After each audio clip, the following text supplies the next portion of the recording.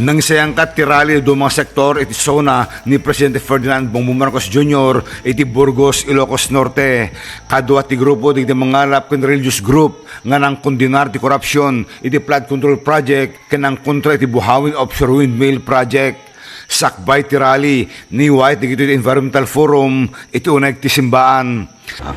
Ang grupo po ng Salwadan ay mariin na tinututulan ang offshore wind farm kasi una sa lahat, kabuhayan ng mga mangingisda ang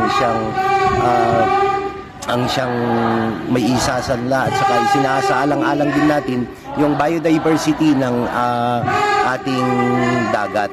Kasi kung nasimulan yan, walang mga mangingisdang papalaot at gayon din kung mangyayari yan ay magiging center of tourism lang yung attraction at hindi totoo yung nilabanggit nilang yung makakatulong sa kuryente ng ating probinsya. Kalpasan din po nagsarita ti leader ito nga grupo nagmarchada iti Lawlaw ti munisipyo. Kanya-kanya ti bitbit ito'y kasti karatula ti windmill iti sango ti plaza dinadaldala ito'y ngem saan nga nagbayag kuna ti PNP awan ti permit ito'y nga nagrally. So bali since wala po silang permit so hindi po sila po pwede po dito.